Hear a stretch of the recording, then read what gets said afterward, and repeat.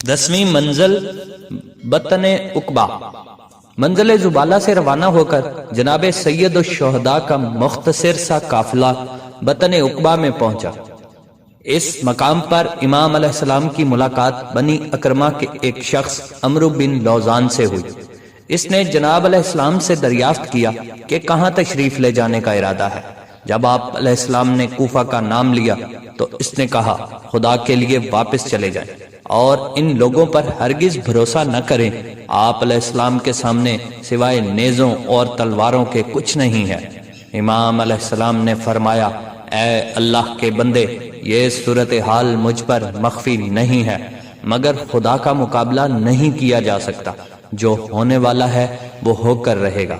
फिर फरमाया, खुदा की कसम, जब तक ये लोग मुझे जान से ना मार डालेंगे इस वक्त मुझे हरगिज नहीं छोड़ेंगे, और वो जब ऐसा कर गुजरेंगे तो खुदा इन पर वो शख्स मुसल्लत करेगा जो इनको जलीलो ख्वार करेगा, यहाँ तक के तमाम लोगों से या कौम सबा से भी ज्यादा जलीलो रुस्वा होंगे।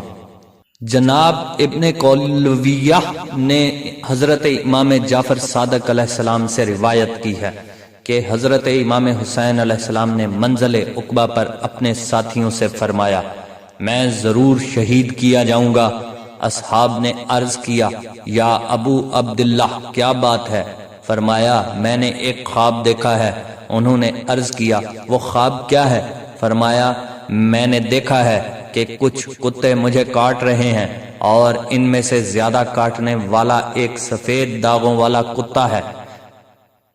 शिम्र बिन जिलजोशन मलाउन मुराद है जो कि कोढ़ी था। 11वीं मंजिल जनाब सैयद शुहदा अलैहिस्सलाम और इनके हमराहियों ने रात मंजिल बतन उकबा में गुजारी और सुबह होते ही वहां से आगे रवाना हुए और मंजिल शिराफ में जाकर कयाम फरमाया। रात भर वहां कयाम रहा। सुबह सवेरे वहां से आगे बढ़े और रवानगी से कबल जनाब अलैहिस्सलाम के हुक्म से बहुत सा पानी हमरा ले लिया गया और बराबर ये काफिला रवां दवां रहा हत्ता के दोपहर का वक्त हो गया। कादसिया से चंद मील के फासले पर असहाबे हुसैन अलैहिस्सलाम में से एक शख्स ने अचानक नारे तकबीर बुलंद किया। हजरत इमाम हुसैन अलैहिस्सलाम ने फरमाया, बेशक खुदा बुजुर्ग बरतर है, मगर इस वक्त नारे तकबीर बुलंद करने का सबब क्या है? इसने अर्ज किया, मैं कुछ खजूरों के दरख्त देख रहा हूँ। असहाबे हुसैन अलैहिस्सलाम में से बहुत से आदमियों ने कहा, बखुदा हमने तो इस जगह कभी कोई खजूर का दरख्त नहीं देखा। इमाम अलैहिस्सलाम ने फरमाया, तुम्हें क्या दिखाई देता है? उन्होंने अर्ज किया, हमें तो घोड़ों की कनौतियां नजर आती हैं। इमाम अलैहिस्सलाम ने फरमाया, बखुदा मैं भी यही देख रहा हूँ।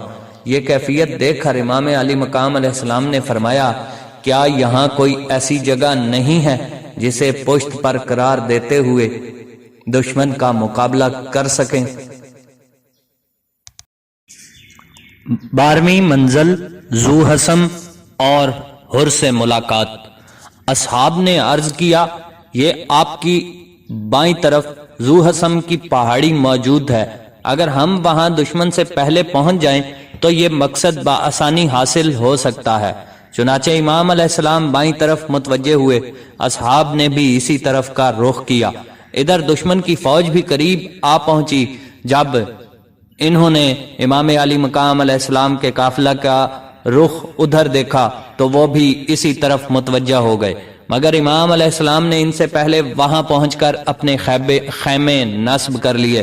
इतने में हुर बिन यजीद रियाही तकरीबन 1000 का दस्ता फौज लेकर करीब आ पहुंचा, मगर बगैर आबो गया इस रेगिस्तानी इलाका में इमाम अलैहिस्सलाम के सदे राह होने के सिलसिला में गैर मामूली तगदो की वजह से हुर और इसके हमराहियों नीज इनकी सवारियों का बुरा हाल हो रहा था। इमाम अलैहिस्सलाम जो कि अपने हमराहियों के साथ सिरों पर अमामे बांधे और हाथों में तलवारें लिए इस्तादा थे, जब इमाम अलैहिस्सलाम ने शिद्दत प्यास से इनकी तबाह हाली देखी तो रहमतुल आलमीन के करीम नवासे से इनकी ये हालत देखी न गई। आप अलैहिस्सलाम ने अपने जवानों को हुक्म दिया कि पूरी फौज को बमाए इनके घोड़ों के सैराब करो। حکم امام علیہ السلام ملتے ہی تعمیل شروع ہو گئی۔